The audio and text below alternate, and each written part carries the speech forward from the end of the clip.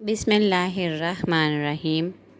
اس دنیا میں کوئی ایسا انسان نہیں جسے کوئی مشکل اور پریشانی نہ ہو۔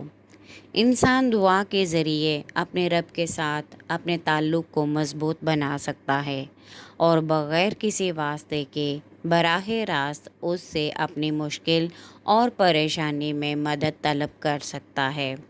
اللہ تعالیٰ نے ہم پر بے شمار اور بے پناہ احسانات اور کرم کیے ہیں، ہمارے لیے لاتعداد اور ان گنت نعمتیں پیدا کی ہیں۔